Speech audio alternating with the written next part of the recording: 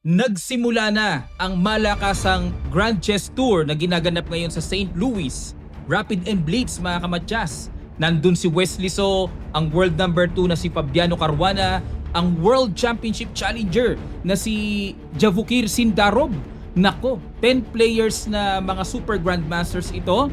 Maglalaban sa Rapid at Blitz, no? At yung first day muna nila ang ating i-analyze. 3 games po na malakas ang mga laban ito. At bago yan ay iwanan ko muna kayo ng puzzle. Hatid sa atin ng Internet Chess Club application. Ito yon, It's White to Play. Ano kaya sa palagay nyo mga kamatyas?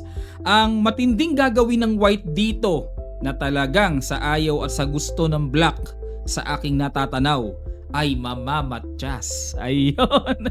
Lapag nyo lang po ang inyong mga kasagutan sa comment section below pag may nakita po kayo ha.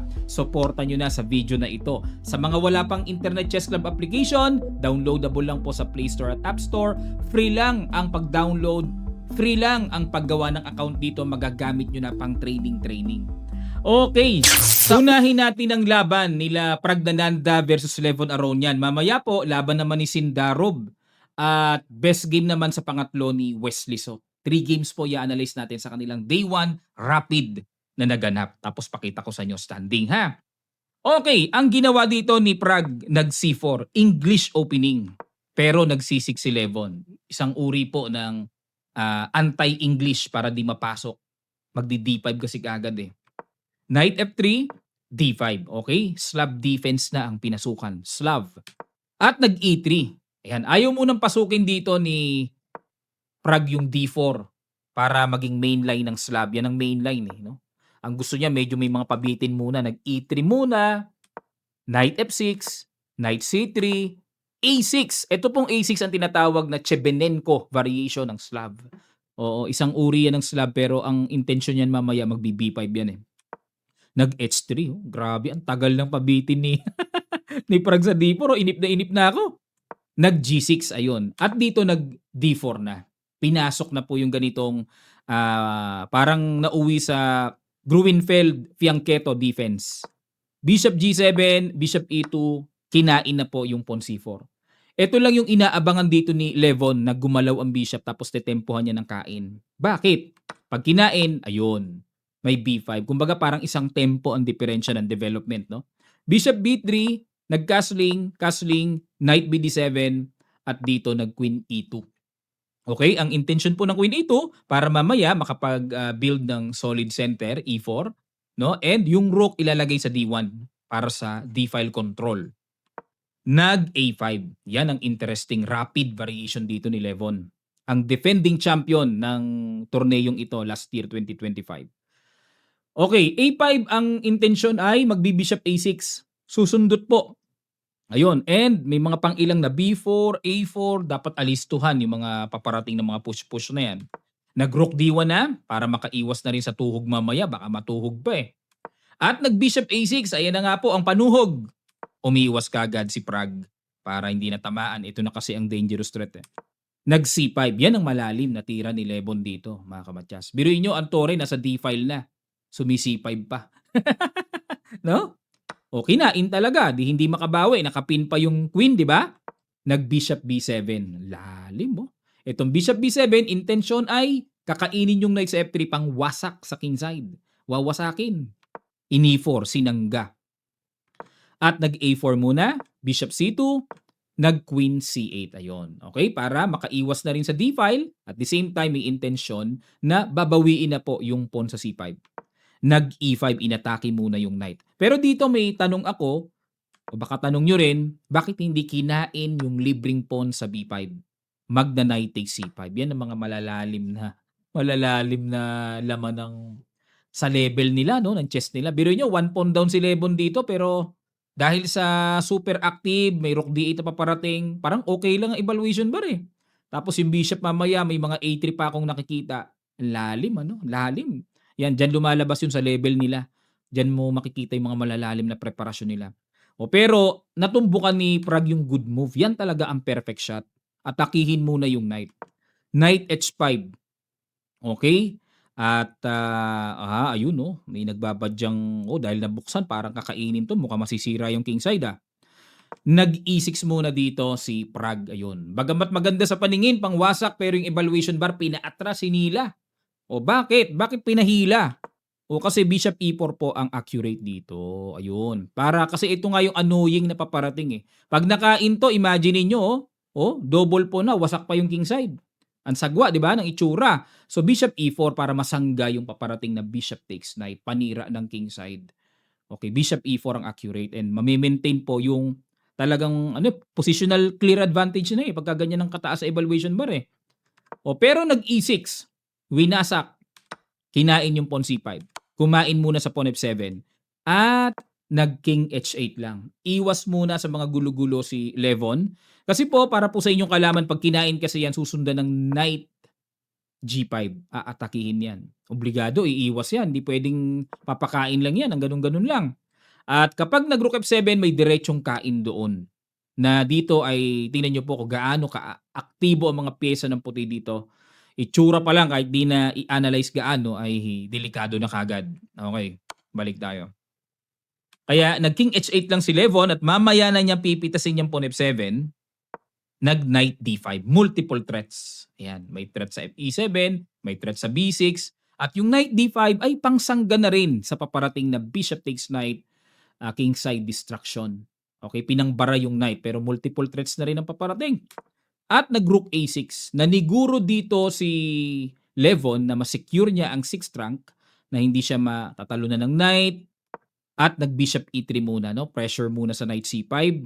Okay, so yun kasi, okay, baka may nagtatanong sa inyong isipan, Coach, bakit hindi kainin yung pawn sa e7? Libreng-libre na yun O pag kinain po kasi ng kabayo yan, magku-queen c7 lang. Ano kasunod? Yun ang tanong. Sa level po nila, dapat lahat ng tira may kasunod. 'Di ba sa mga professional billiard games, 'di ba? Kung manonood kayo, laro nila Bata Reyes, no? Kapag ka naihulog mo yung isang bola, wala kang kasunod, alanganin ka sa susunod na bola, wag mo nang pahulugin yung bola na ngayon. Mag-prepare ka muna. Placing ang tawag nila, 'di ba? Kaya ganun din po sa pro chess, yung high level, may kain. Pagka gumanon, ano kasunod na continuation? Baka mamaya yung knight na yan, maalangan lang yan. Ma-overextend yan, hindi makabalik yan. O kaya, ang ginawa dito ay nag-bishop e3 muna si Prague, which is yan naman po ang tumbok na tira sa computer engine. Develop muna. Pressure muna, mamaya na yung mga kain-kain. At nag-A3, ayun, isa pang nakaka-pressure na bira dito ni Levon, no? To pressure the rook, pero wala. Panis lang kay Prague, panis. B4 lang para atakihin ang knight, pinapakain pa nga ang tore. Kinain na nga ang tore, pero kumain muna dun sa e7, queen e6, at kinain itong bishop, okay? Dahil nawala na po ang dark square bishop, ibig sabihin, weak na rin, mahina na rin. May mga nakikita akong bishop to d4 check, very dangerous attack na makaka-atake sa black king. Kinain na yung knight, ayun. Yun na nga ang pangarap ni Levon kanina pa. Nag-queen c3 check muna, harang ng knight at kinain yung knight sa c5. At binitin muna yung bishop para hindi talaga totally ma-destroy yung king side. Nag-bishop e4 at nag-pin. Okay, nako po. Tingnan nyo evaluation bar. Grabe, lakas ni Prague ngayon, ano? Kain, okay, nakipagsabayan na and then bishop takes e4. Wala na, binigay na Wala na rin naman Sugswang laglag talaga bishop Sugswang, wanang nakapin talaga lakas ng powerful pin At kinain na yung pawn f7 at dito nag-bishop d4. Dinagdagan pa ang load ng pressure dito sa... Iniisip ko nga ito bishop d5. Yung nga lang may queen b2 na paparating.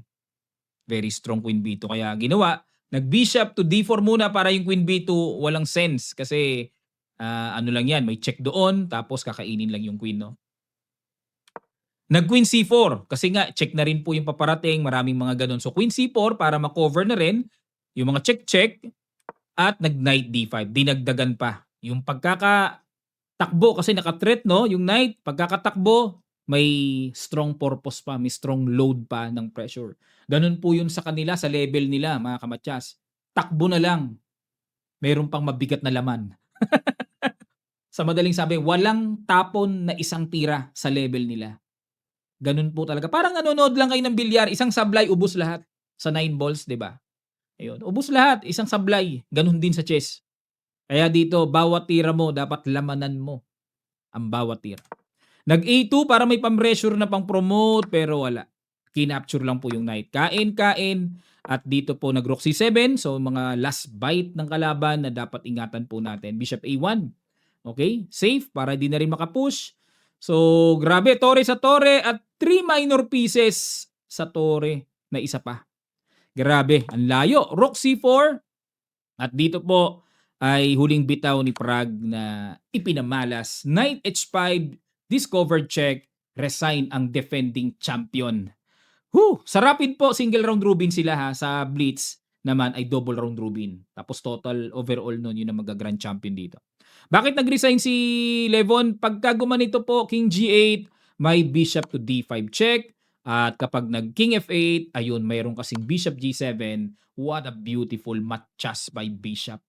Antindi. Matchas. Wala na. Suportado ng Knight. Yun ang purpose ng Knight eh. Okay? Ngayon, napakagandang laban na to. Sunod naman natin ang naging best game dito. Sa napili nating best game number 2, laro naman ni World Championship Challenger Sindarov. White dito si Sindarov, black si Jordan Van Forest. Ayan, nakapagpa-picture ako dyan kay Van Forest sa Hong Kong. Yan po ang isa sa mga trainer, no? Second ni Magnus nung kay Nepo World Championship. Kinuha niya yan dahil magaling umatake yan eh. Aggressive yan eh. Tumira ng C4, English opening. Naku, parang si Prague kanina. Nauuso English opening ngayon ha. Wala bang Tagalog opening? Knight F6, Knight F3, G6. Okay, Knight C3, Bishop G7, E4, D6. Ayun. Madaling latag. Di kagaya kanina, no? Daming mga pasakali. Dito po ay King's Indian kagad ang labanan. Classical variation. Castling Bishop E2, Knight A6. Ayan ang rapid variation naman na ipinaghanda dito ni Van Forest. Kasi po, ang normal niyan, Knight C6 yan eh. And E5. O E5 muna, then Knight C6. Yan ang normal sequence. Pero itong Knight A6, ayan ang medyo may panglito, no? Bishop E3 lang, develop, at nag-E5. Ayun, kumarga. At nag-push D5 lang, no? Para advanced variation, solid ang center, at spacious ang puti. Yun ang purpose eh. Okay? At yung bishop po, dahil dyan sa D5 na yan, ay mananatiling barado. So, bad bishop yan, lalabas. So, dito po, baka mapatanong kayo, no? Konting topic lang. Pag kinain-kain, baka nasa isip nyo, Coach, ba't di pinagkakain-kain? One pawn up yan ah. Meron kasing bawi ng Knight takes E4. May bawi kasi Knight takes E4. Ayan, no? Okay? So, kailangan po nating yan ay isa sa mga basic na tema sa King's Indian. Kaya nag-E5 sacrifice pawn. Paglilinaw lang para at least alam nyo po. Nag-D5 at dito nag-Knight G4. Inatake muna, inistorbo muna ang bishop. At nag-Bishop G5, F6 at nag-Bishop H4, Knight H6 para hindi na matempohan ng H3. At nag-Knight D2, G5, Bishop G3 at nag-F5. Ayan na nga. Kumbaga, built-in sa dugo talaga ni Van Forest ang pagiging atakador eh. Parang si Dubob yan. Kinain, kain at nag-castling, nag-B6. Okay, ano purpose ng B6? Para mamaya ay magda-Knight C5. Medyo nalaliman ako sa B6 na yan.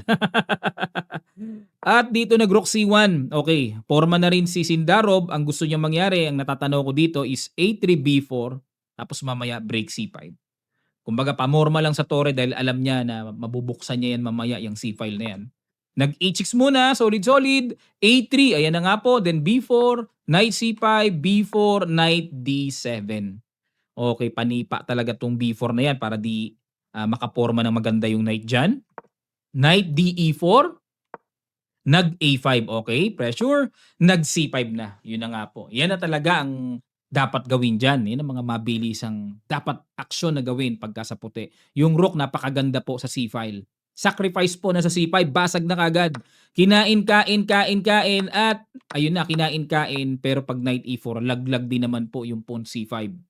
So ang galing ang galing ng rook C1. Simple lang pero kita kagad ni Sindarov ang pangyayaring paparating eh. Nag-Knight D4, Bishop C4 muna, okay? Ayun, so binitin niya muna yung pawn C5 kasi anytime naman mamaya, weak naman yan. King H8 umilag and then kinain na yung pawn C5. So dito po, slightly better for white kasi mayroong 3 pawn islands ang black, no? Kapag marami kasing pawn islands, mas intindihin ba, no? Hindi kagaya ng kaunti ang pawn island o 2 pawn islands lang itong sa pawn structure ni Sindarov. Kaya yan ang nakitang basihan ng computer engine dito, bakit slightly better for white. Okay? Pawn structure. Nag-queen d6. Ayun, kinain yung knight. Okay, sige, bawi lang naman. Kain, and knight e6 pinasok. Kain.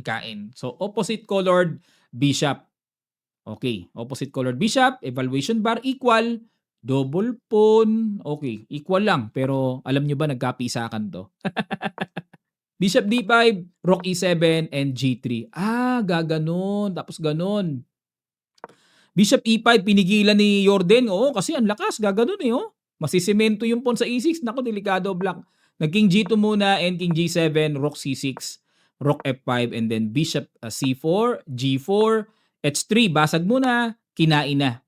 O kasi po dito mga kamatsas, para po sa inyong kaalaman, pag nag-h5 kasing sinuporta yung kain-kain, nako, madidelikado tong pawn sa g4. Maaring rook e1, rook e4, or rook h1, rook h4. Mahunting yang pawn sa g4. Okay? Kaya maingat sila sa mga outcome pagdating sa pawn structure. So kinain na. Kain, rook f3 para mapigilan muna yung paparating na f4, f5, at nag-bishop d5. Okay, sinikwat muna yung tore. Rook c3, nag-f4 na. Kinain, at umiwas muna ang bishop and nag-bishop d7. Okay, pang support sa e6 at the same time pamatay activity rin sa tore. Kumbaga pinapassive dito. Pinipilay dito ni Sindarov yung tore, yung bishop bad din. Nag h5 para walang king g4, king f5, mga ganun. Pero itong h5 po, bagamat pamigil, pero hindi nagustuhan ng computer engine, kitang-kita umangat Accurate move dito ay king g6. Yan po ang nire-recommenda ng engine Stockfish. Pero nag h5, king g2. Ayun, di naman natumbukan ni Sindarov ang mabangis na tirang rook b1. Ayun. Ayun, natitirahin yung pawn d6. Oo, kasi weak yun iikutan. Ay, oo nga. Pero nag king g2 pa. Baka yan ang plano kasi na pangkuha dito sa pawn d6 na nakikita. King f8, rook h1. Ayun. Rook h7, g4. Nako, nagkapinpin. Nag d3, g5. Bishop c3 and nag f5. Ayun na nga po. Rumagasa ang gapang ng pawns. Nag king e7, f6 check. Wala, binigay na lang. Wala na pa Sobrang massive na ang pawn march na yan Wala na talaga pag ganyan. Obligadong ibigay na. Pero check, king e7 and rook d1. Laglag naman ang pawn sa t3.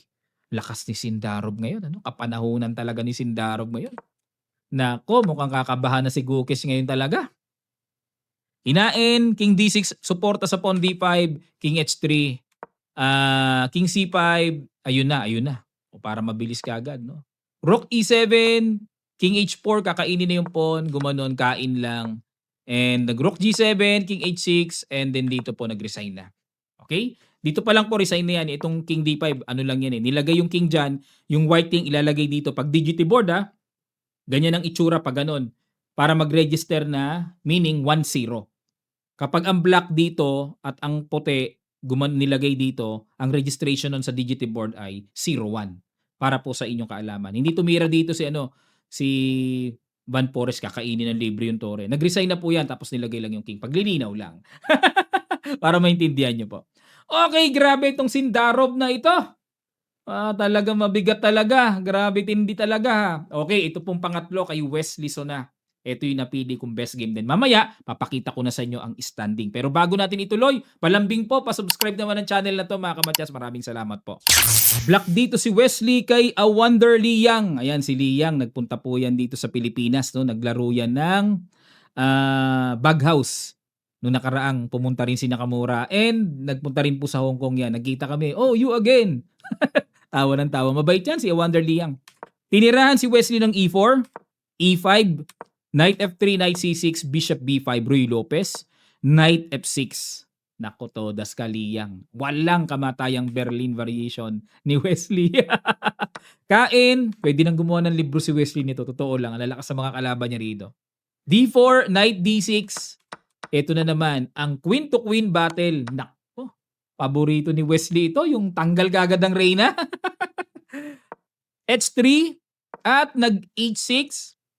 Okay, at para walang Knight G5 mamaya, yun ang purpose po niyan. Knight C3 develop, Bishop D7, nag Bishop F4 and nag King C8 para iwas pressure na sa D file. Rook D1, B6 para mamaya pag alis ng Bishop, yung King ay maganda ang himlayan o taguan sa B7. Bishop H2, Bishop E7, okay, para pag nag G4 may Knight H4 anytime, no? Hindi matatrap ng maaalangan yung Knight. Nag G4, Knight H4, kain-kain at nag King G2, H5. Nagsimula na si Wesling. Medyo sirain, no? Kasi pag hindi niya po sisirain yan, baka mag F4, F5 yan.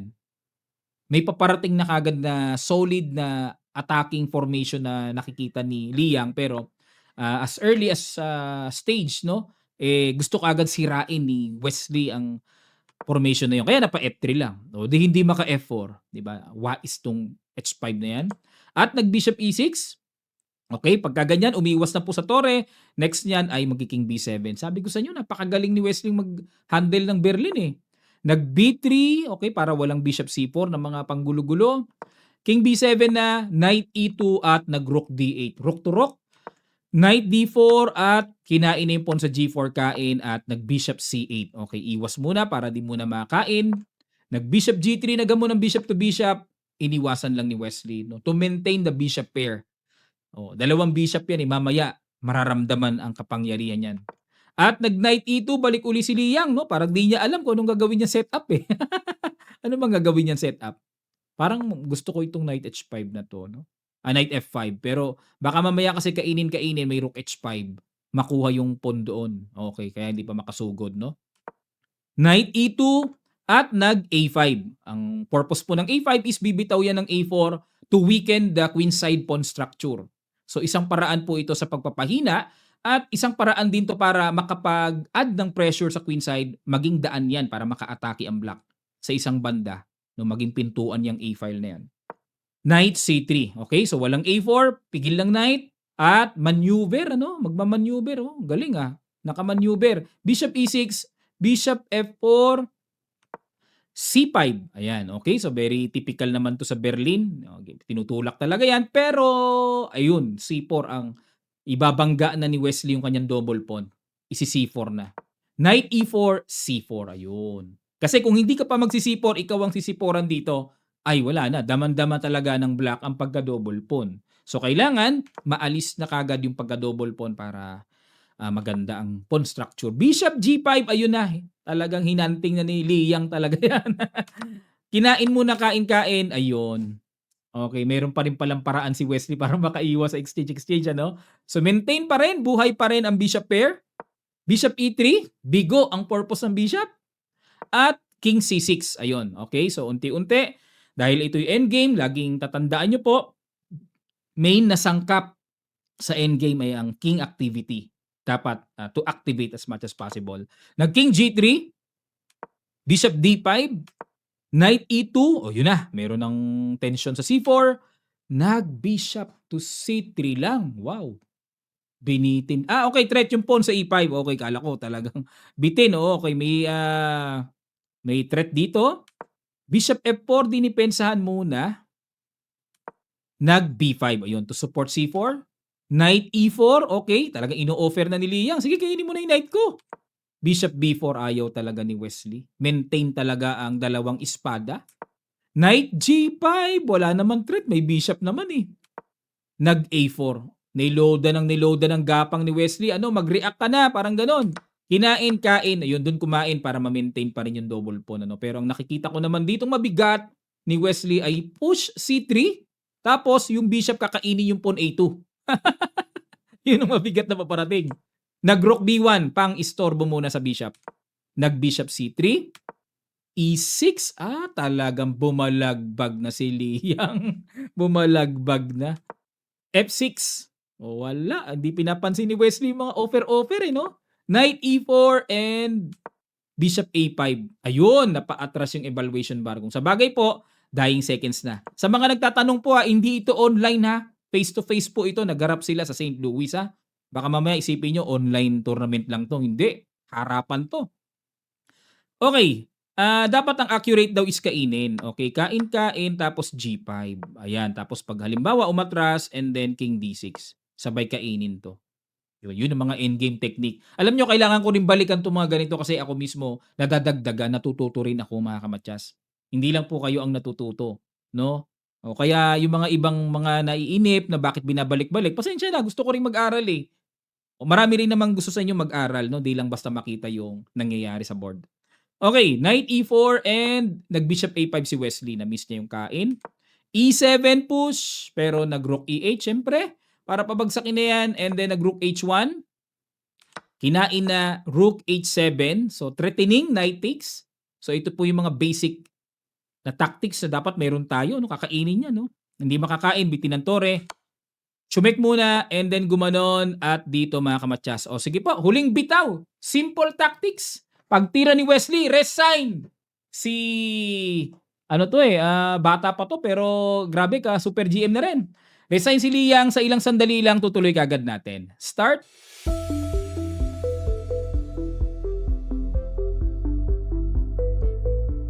Maraming salamat po mga kamatyas. Okay? Bitaw, Rook takes Knight, resign. Bakit po?